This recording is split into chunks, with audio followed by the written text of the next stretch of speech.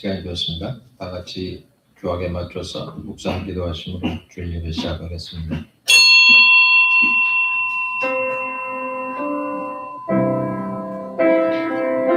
다만 그들이 항상 이 같은 마음을 품어 나를 경외하며 나의 모든 명령을 지켜서 그들과 그 자손이 영원히 복받기를 구원하노라. 죄인들에게도 하나님의 성품을 닮아 새 사람 될 수 있는 기회를 주신 하나님, 지난 한 주간도 하나님의 깊고 넓으신 사랑에 젖어서 힘찬 발걸음으로 세상에서 승리하게 하신 은혜에 감사드립니다. 불확실한 시대를 살아가면서 시류에 따라 갈팡질팡 살아온 잘못도 용서해 주옵소서. 거친 세파에 시달리며 지쳐있는 몸이지만 오늘도 주시는 말씀이 저희 심령에 생기를 주는 성령의 불꽃 같은 능력되어 한 주간 살아갈 때 거룩한 산제사가 되게 하여 주옵소서. 모든 영광 성삼위 하나님께 드리며 예수님의 이름으로 기원하옵나이다. 아멘. 찬송가 28장 찬송.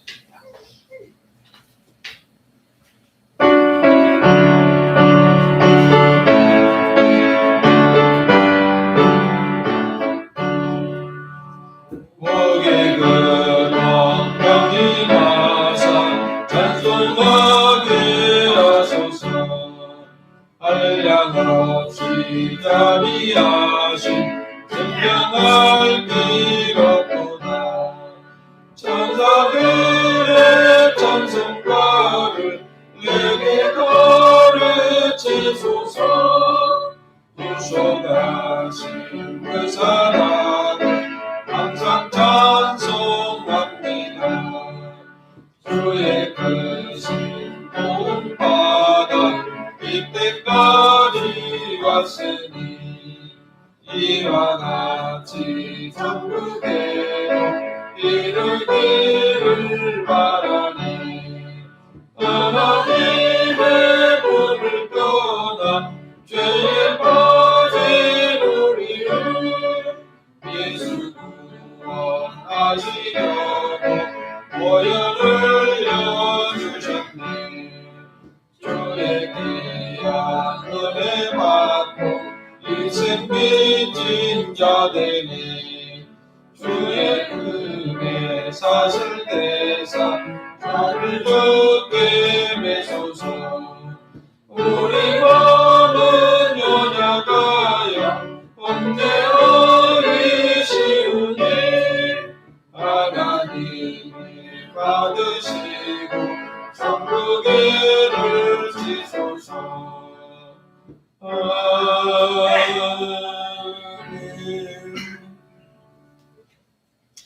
이 시간은 지난 한 주를 돌아보면서 주님과 나만이 아는 죄를 고백하는 참회의 기도 시간입니다. 하나님을 믿고 신뢰하는 사람은 의심과 두려움에서 해방이 됩니다. 밝은 햇살과 똑같아 소망이 넘치기 때문입니다. 하나님 말씀 듣고 아멘으로 응답하면서도 나약한 자신을 보고 두려움에 떠는 생활을 하는 것은 바로 자신감을 잃고 의기소침해 있다는 자기 표현입니다. 그런 내가 아닌가 반성하면서 참여하는 기도를 드리겠습니다.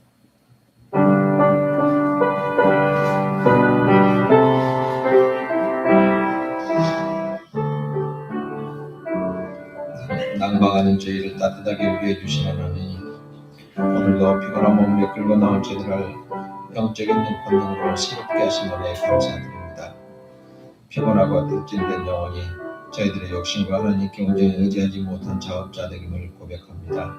하나님의 영광보다는 저희들의 인생의 안일함과 부귀만 쫓으려 하다가 인생 장애물에 넘어지고 절망의 늪에도 빠졌습니다. 하나님을 원망하고 세상을 타닥이만 했던 지난 날의 어둠에 밝은 빛을 비춰주옵소서. 해이해진 기도 생활 때문에 달콤한 세상의 유혹이 스며들고 있습니다. 먹지 말아야 할 잔을 마시고 가서 안 될 곳을 서성이고 머물렀습니다.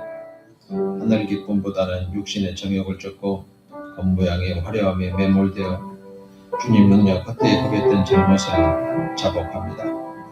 세상의 신극을 쫓아 달려간 길이 사탄에 덫이 놓인 함정이었습니다. 독생자의 핏값으로 구원해 주신 영혼과 육신을 주님께 영광 돌리며 살기보다는 주님의 이름을 더럽히며 살아온 삶을 불쌍히 여겨 주옵소서. 진실하게 참여하는 죄인에게 한량없는 자비를 베풀어 주신 주님의 사랑으로 거듭나는 시간 되게 하여 주옵소서.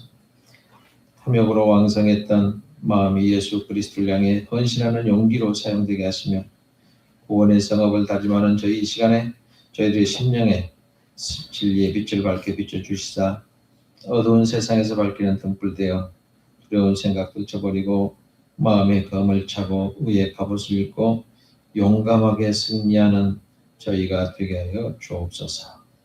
예수님의 이름으로 기도하옵나이다. 아멘. 찬송가 305장 찬송 부르심에 이혜진 권사님 기도합니다.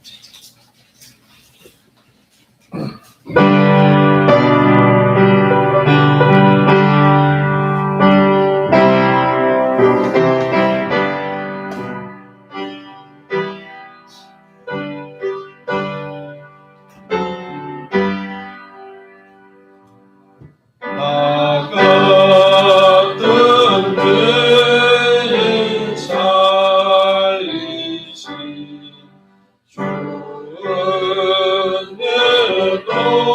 놀라워 잃어본 생명 찾아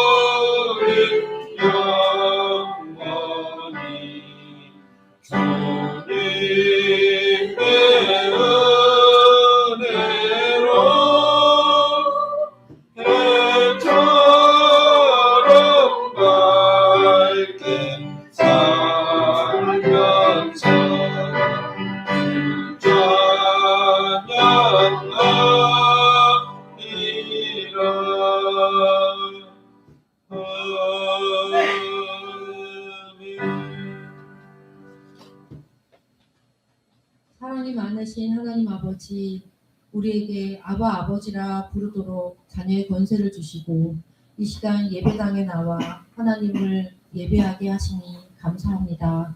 오늘도 우리와 함께 하시고 도우시고 힘주시니 감사합니다. 2026년 새해의 첫 달을 주님의 인도하심 가운데 보내고 2월을 은혜와 감사의 시간으로 시작하게 하시니 또한 감사합니다. 우리의 삶을 되돌아보면 연약한 뿐이었음을 고백합니다. 유혹 앞에 넘어지고 입술로 범죄했던 모든 허물을 회개하오니 용서하여 주옵소서. 우리의 연약한 마음과 육체에 주님의 성령을 부어주시고 보혈로 정결케 하여 주시옵소서. 시간이 흘러도 마음이 정직하게 하시고 예배를 습관처럼 올리지 않고 마음과 정성을 다해 드리게 하옵소서. 나의 삶의 방향을 주님께만 향하게 하시고 주님만 바라보게 하시고 말씀을 기준으로 한 걸음 한 걸음 걷게 하옵소서. 매일 하나님이 주시는 말씀으로 하루를 살게 하시고 말씀과 기도를 놓치지 않고 살게 하옵소서. 그래서 일상 속에서 우리의 믿음을 지켜주시고 흔들리지 않게 하옵소서. 이 나라를 돌보아 주시고 주님이 원하시는 나라가 되게 하옵시고 주님의 뜻을 이뤄드리는 위정자들 되게 하옵소서. 특별히 행복한 세상 복지재단을 기억하시고 이 재단 위에 주님의 영광이 가득하게 하옵소서. 이 재단에서 하는 모든 일들이 주님이 보시기에 아름다운 열매 맺게 하시고 주님의 이름을 높이며 나아가게 하옵소서. 하나님이 항상 동행하는 이 항동교회를 사랑하시니 감사합니다. 항동교회의 발걸음을 옮기는 모든 성도들에게 주님의 사랑을 알게 하시고 날마다 감사의 제목들이 늘어가게 하옵소서. 말씀과 기도로 세워진 교회 위에 주님의 역사하심이 날마다 일어나게 하시고 부흥이 일어나게 하옵소서.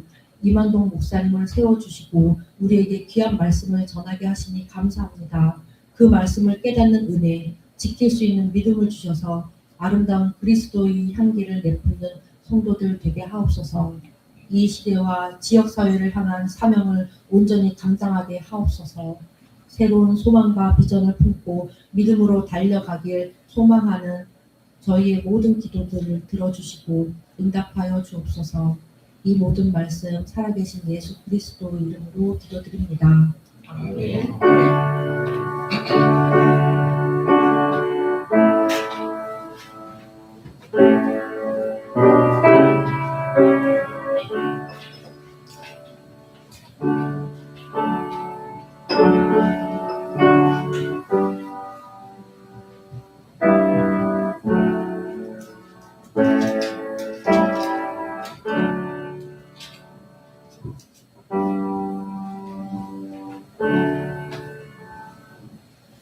오늘 우리에게 주신 하나님의 말씀은 신약성경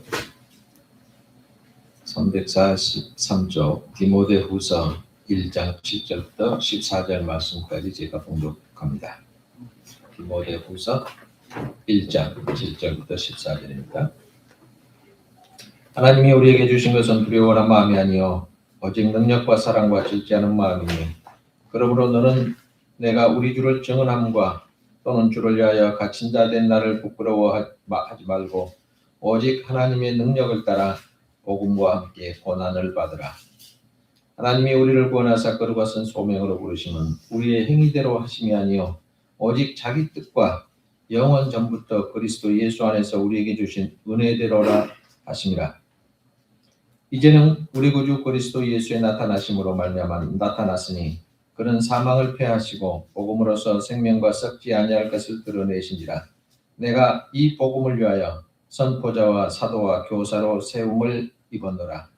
이로 말미암아 내가 또 이 고난을 받되 부끄러워하지 아니함은 내가 믿는 자를 내가 알고 또한 내가 의탁한 것을 그날까지 그가 능히 지키실 줄을 확신함이라. 너는 그리스도 예수 안에 있는 믿음과 사랑으로서 내게 들은 바 바른 말을 본받아 지키고 우리 안에 거하시는 성령으로 말미암아 내게 부탁한 아름다운 것을 지키라. 아멘. 석진아 집사님.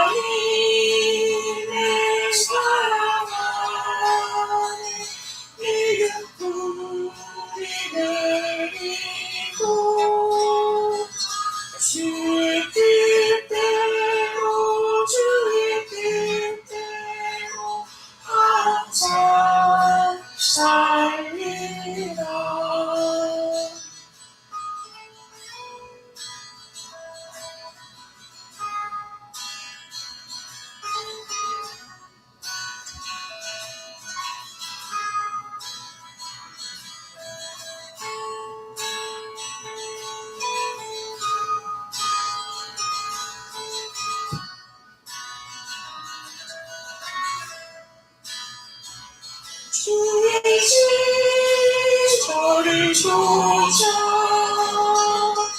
구원 열매 맺으며 주의 영원히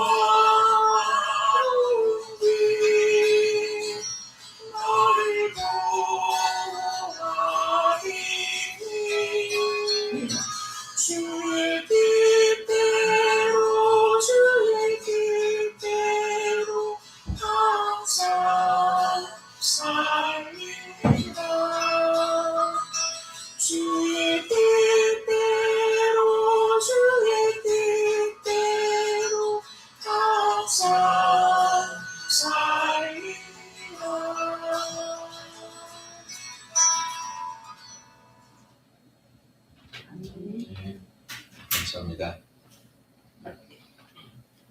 오늘 신년을 맞아서 두 번째 달이 시작되었습니다. 우리 예수 믿는 우리가 부끄럽지 않은 신앙생활을 했으면 좋겠다 라는 생각을 전달하도록 하겠습니다. 꽤 규모가 있는 백화점에서 직원들을 모집했습니다. 모집 공고를 보고 수많은 젊은이들이 구름대와 같이 몰려들었어요. 1차 시험, 2차 시험 거쳐서 최종 합격된 청년들이 다 사장실에 모였습니다. 사장은 그 모인 청년들을 보고 앞으로 하고 싶은 일, 근무하고 싶은 부서를 적어라 그랬습니다. 거기에 모인 많은 사람들이 다 한결같이 편하고 좋은 부서를 다 지원을 했습니다. 그런데 한 청년이 엘리베이터 안내 업무 하겠다라고 적었어요. 그래서 독특해서 사장이 불러서 물었습니다. 왜 편하고 쉬운 부서를 원치 않고 계속해서 힘든 안내 업무를 하려고 하냐? 그래서 아니 별 이유 없습니다. 제가 거기서 열심히 하려고 합니다. 그래서 채용을 했어요. 엘리베이터 안내 업무 배정을 했는데 1년 하고 나니까 많은 사람들이 좋아하고 칭찬하고 그래서 사장이 다시 한번 불렀습니다. 아니 이렇게 칭찬하고 참 많이 했으니 이제 보상으로 좋은 부서로 옮겨주겠다. 그러니 지원하는 부서를 얘기하라 그랬더니 아닙니다. 3년만 계속했으니까 하겠습니다. 그래서 또 맡겼습니다. 3년의 세월이 흐른 다음 날 청년이 사장을 찾아왔습니다. 당당한 모습을 청년은 사장에게 뜨거운 서류뭉치 하나를 싹 내놓습니다. 사장님, 이 서류에는 이 백화점에 오는 고객들의 신상에 관한 통계가 들어있습니다. 백화점을 이용하는 고객들의 여러 가지 유형, 어떤 모습을 하는 사람, 어떤 사람이 어디 가서 뭘 사는 걸 다 조사해서 3년 동안 다 데이터를 뽑아서 조사를 해서 가지고 왔습니다. 사장이 그 서류를 훑어보니까 정말로 감격스럽습니다. 자네야말로 우리 회사에 꼭 필요한 사람이네. 그렇게 인정을 받았다고 합니다. 사람을 아는 사람이 사람을 위해서 일할 수 있습니다. 하나님의 은혜를 체험한 사람이 생명과 관련된 일을 할 수 있는 거죠. 생명을 얻은 사람이 생명의 일을 할 수 있습니다. 주님께서는 그런 일꾼들을 오늘도 찾고 계십니다. 바로 내가 그런 교인이 됐으면 참 좋겠다. 그런 생각들이 꼭 있어지기를 주님의 이름으로 부탁드립니다. 바울은 뭐라고 했습니까? 하나님이 우리에게 주신 것은 두려워하는 마음이 아니요 오직 능력과 사랑과 근신하는 마음이니 라고 7절에서 말합니다. 우리의 생각, 우리의 마음을 감찰하시는 하나님 앞에서 부끄럽지 않은 신앙생활을 한다. 대단히 중요한 일입니다. 그렇다고 하면 두렵지 않고 부끄럽지 않은 신앙생활을 한다는 것이 무엇을 의미하는 걸까? 첫 번째로 내 자신이 게을러서 가난하게 살면 이건 부끄러운 일입니다.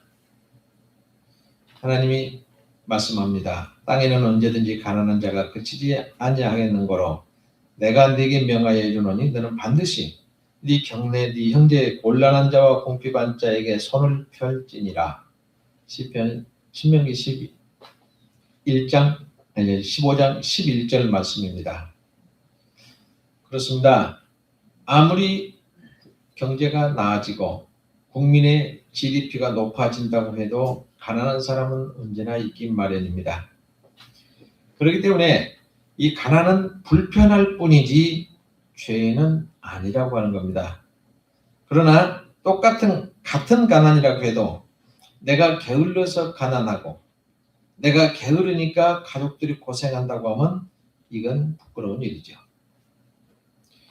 우리나라가 실업자가 점점 많아진다고 합니다. 얼마 전에 교육을 받았는데요.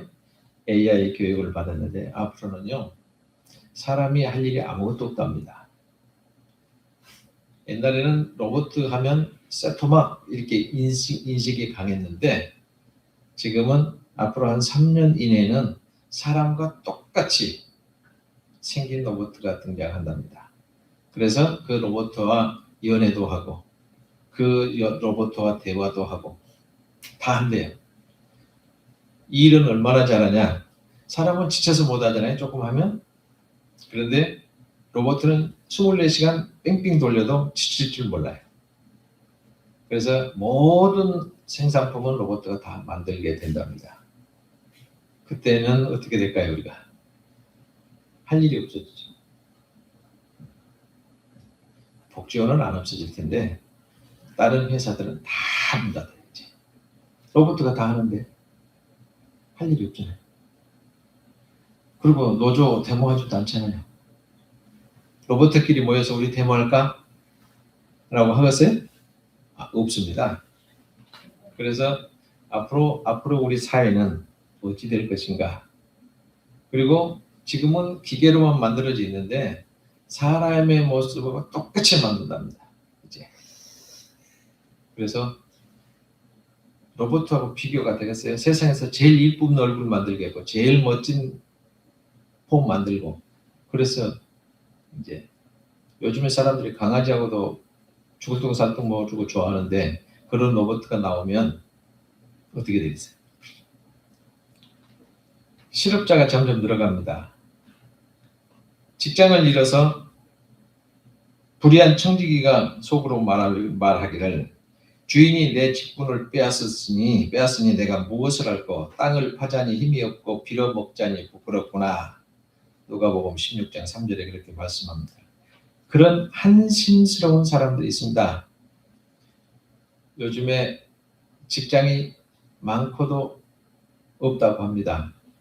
그런데 제가 보통 느끼는 바에 의하면 제가 그 대학에서 강의를 할 때 보니까 물론 후진대학이라 그런지는 모르겠어요. 8등급, 9등급 학생들이 옵니다. 사회복지를 강의를 하는데 소셜 웰페어잖아요. 소셜 웰페어가 뭔지도 모르고 그게 뭐예요? 그럽니다. 고등학교를 졸업하고 대학에 일한다고 온 학생들이 그래요. 자, 이런 사람들이 어디 가서 무엇을 할 겁니까? 그리고 수업 시간은 잠만 자요. 강의를 하거나 너는 하시오 나는 잘게요. 이러고 자면 좋은데 딱 책상에 엎어져서 자는 사람이 수두룩합니다. 그럼 이제 그걸 못 빠지고 그때부터 훈육 시간으로 한다. 수업은 냅두고. 엠마, 너 그 애비 좀 생각해봐라. 너그 엄마 아버지는 너를 대학이라도 보내야 대학 졸업장이라도 있어야 장가가고 시집이라 간다고 보내놨는데 너희들이 와서 잠만 자는 집에 가서 자. 내가 학점을 줄게. 나가서 지금 싹 나가려 하나도 안 나가요. 다 이렇게 고개 들고 봅니다. 그런데 인류대학을 간 사람들은 이 사람들은 아무거나 해도 뭐 지원을 합니다만은 인류대학 나온 사람들 어떤 줄 압니까? 내가 대학 다니면서 쓴 돈이 얼마인데 고작 그거 받으려고 거기가 안 가요. 또 나이 든 사람은 내가 이래봬도 대기업 간부였는데 은퇴하고 나니까 갈 곳이 없어요. 갈 곳이라고 하는 것은 초등학교 졸업해도 할 수 있는 직업이 생깁니다. 그런 데는 안 갑니다. 그러니까 일할 곳이 없어요. 네. 그래서 힘든 일 안 하려고 하고 소위 3D라고 하는 거죠. 더럽고 고되고 위험한 직업. 3D라고 하죠. 또 이 사람들은 굶으면 굶었지 이런 직업에는 종사하지 않아야겠다라고 하는 자존심이 자리 잡고 있습니다. 특별하게 돈을 모으고 부자 되는 것은 하나님의 섭리 아래 있다고 하겠지만 요즘 세상에 건강한 사람이 자기만 부지런하면 가족들 굶기지는 않습니다. 그러므로 내가 너희에게 이르노니 무엇을 위하여 무엇을 먹을까 무엇을 마실까 몸을 위하여 무엇을 입을까 염려하지 말라. 목숨이 음식보다 중하지 아니하며 몸이 의복보다 중하지 아니하냐. 공중의 새를 보라. 심지도 않고 거두지도 않고 창고에 모아두지도 않아도 너희 천부께서 기르시나니 너희는 이것들보다 귀하지 아니하냐. 마태복음 6장 25절 26절 말씀입니다. 예수님의 말씀은 괜한 말씀이 아닙니다. 예수님이 만약에 놀고 있는 새를 표현했다고 하면 나뭇가지의 새를 보라 그랬어요. 공중에 날아다니는 새는 뭐 때문에 날아다녀요? 일하고 있어요. 지금 뭘 먹을 것을 찾을까? 나뭇가지 앉아야 된다면 쉬고 앉아있는 거죠. 날고 있는 새는 먹을 것 찾고 있다는 겁니다. 그래서 건강한 사람이 자기 게을러서 가난하게 살고 이 사람 저 사람에게 신세지고 살고 있으면 그건 부끄러운 일 중에 하나입니다. 바울 사도가 이렇게 말합니다.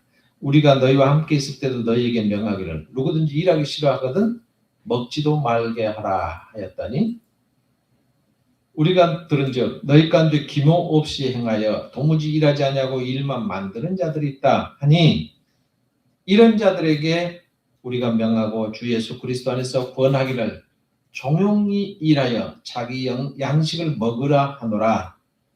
오늘 3장 10절 12절에 가보면 그렇게 말씀하고 있습니다. 그래서 자기가 게을러서 먹을 것이 없다면 부끄러운 일입니다. 두 번째 부끄러운 건 은밀한 죄가 드러나면 부끄러운 일이죠. 요즘에 한참 TV에서 떠들어대죠. 공천 달라고 돈 바치고 공천 받아서 시위거나 하고 뭐 국회의원도 그렇고 그걸 받아 써놓고는 나는 몰라. 나는 받은 적이 없어. 공지해보려고 우리 보좌관이 받았나 봐. 그래서 주었대. 근데 딱 조사해보면 다 거짓말. 자기 지위를 위해서 국가기관에다 취직시켜서 지가 잘나서 들어간 척 딱 했는데 결국 다 들통났어요.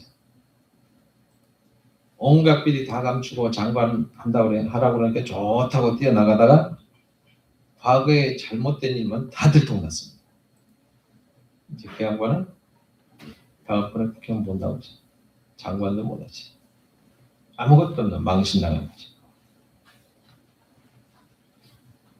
통일부에서 뇌물 받았는데 뇌물 받았다고 좋다고 조사하자고 그렇게 여당에다가 다 걸려있어요. 싹쓸이 좀 했으면 좋겠어요. 싹 쓸고 나서 새로운 사람들이 하면 그런 비리를 안 하겠죠. 이렇게 부끄러움을 당하면 선택이 자살입니다. 참 불쌍하죠.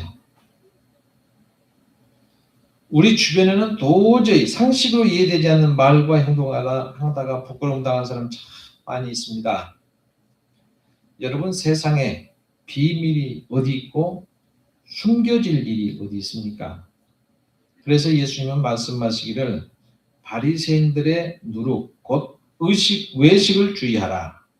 감추인 것이 드러나지 않을 것이 없고 숨은 것이 알려지지 않을 것이 없나니 이러므로 너희가 어두운 데서 말한 모든 것이 광명한 곳에서 들리고 너희가 골방에서 귀에 대고 말한 것이 집 위에서 전파되리라.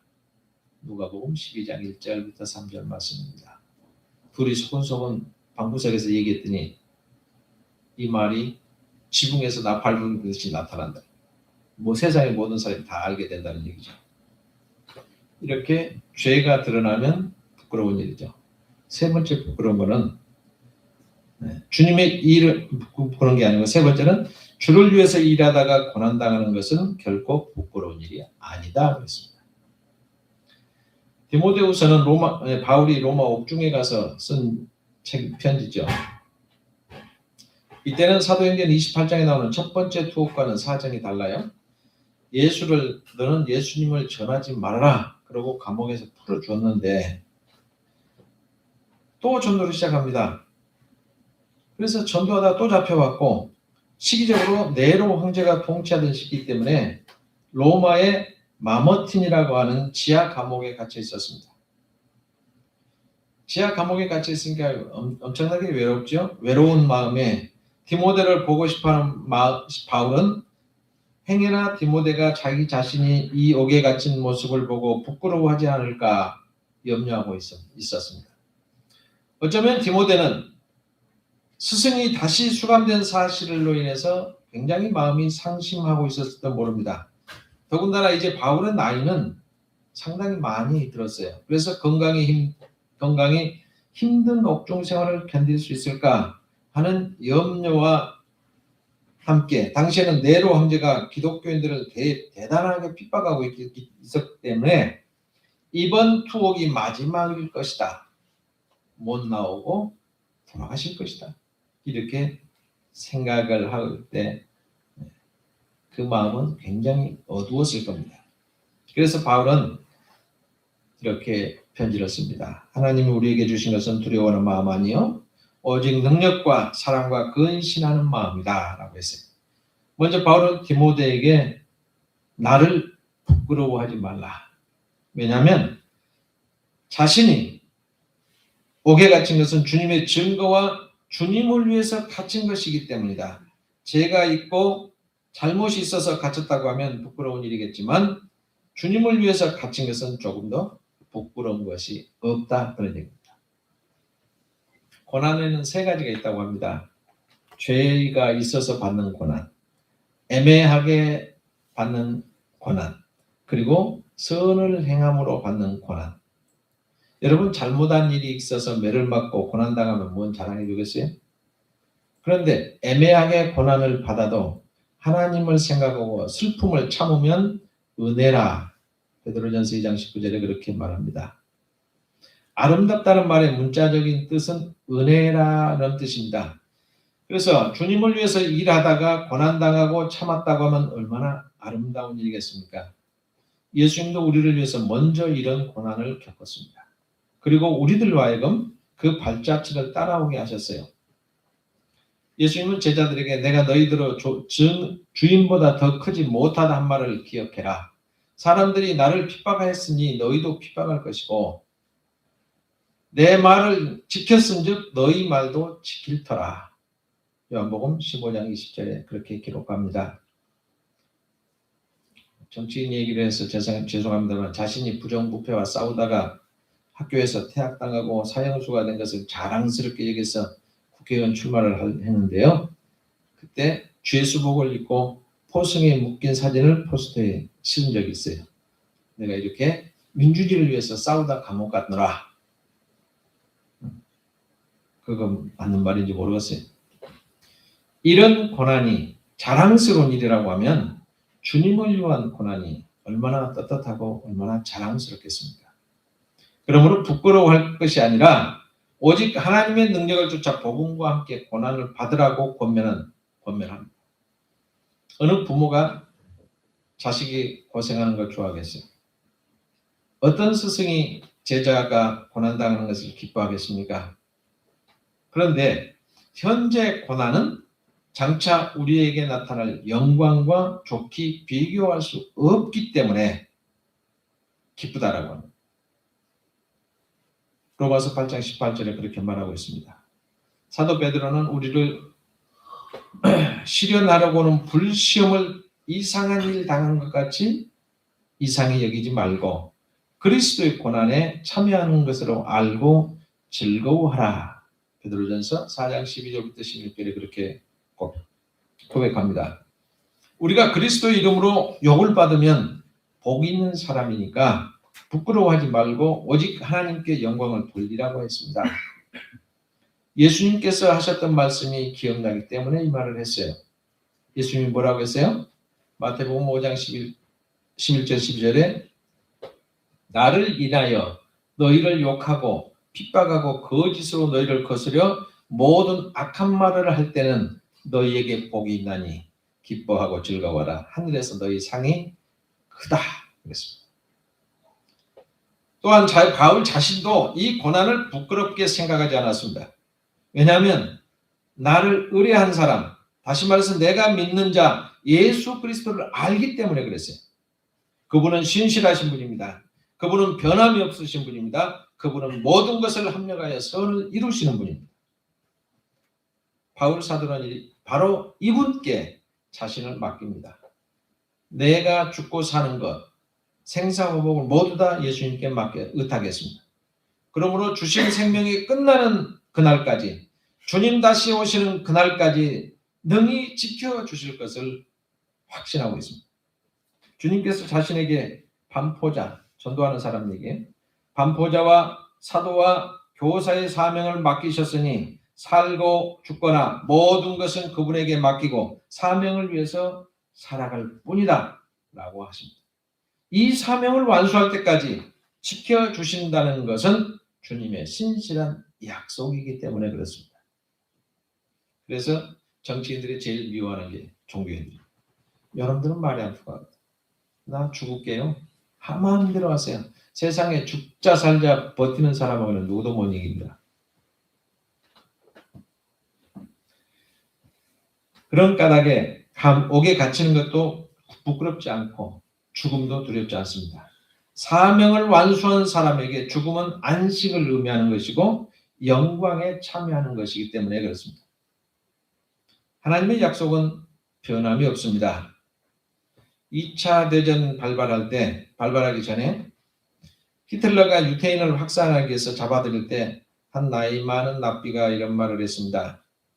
역사적으로 유대인을 죽이려고 하는 시도가 엄청나게 많았다. 애굽의 바로가 유대인을 멸하려고 했고 아말렉 족속이 그랬고 에피파네스가 70년에 디오가 그랬지만 유대인을 멸절하는 사람은 다 죽었다. 그러나 유대인은 지금도 살아있고 앞으로도 살아갈 것이다. 왜 그랬을까요? 바로 하나님께서 약속하셨기 때문입니다. 히틀러가 그 말을 안 듣고 유대인을 계속 죽였어요. 그리고 전쟁을 했습니다. 그 후에 꼭 5년 만에 히틀러는 베를린의 포위망에서 자살하고 말았습니다. 그런데 유대인들은 살아남아서 1948년에 독립을 했습니다. 여러분, 하나님은 자기 백성을 지키십니다. 약속은 변함이 없습니다. 사랑하는 성도 여러분, 하나님 앞에 부끄럽지 않은 신앙생활을 하십시다.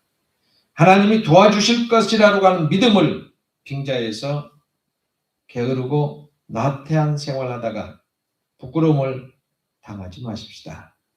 사람이 보지 않는다고 하나님도 모를 줄 알고 죄를 짓다가 부끄러움 당하지 마십시다. 그렇지만 주를 위해서 일하다가 고난당하고 주님을 위해서 핍박당하는 일을 결코 부끄러운 것은 아닙니다. 그러므로 두려워할 것도 없고 부끄러워할 것도 아닙니다. 우리는 전능하신 주님을 믿기 때문입니다. 오늘 예배에 참석하시는 성도 여러분, 우리 모두는 부끄럽지 않은 신앙생활로 하나님께 영광이고 우리에게는 기쁨을 누리는 성도가 다 되시기를 주님 이름으로 축복합니다. 기도하겠습니다. 불의가 득세하는 세상을 진리의 검으로 승리하게 하시는 하나님, 하나님 나라의 통치를 확장해가는 의의 근사로 우리를 삼아주셔서 감사드립니다.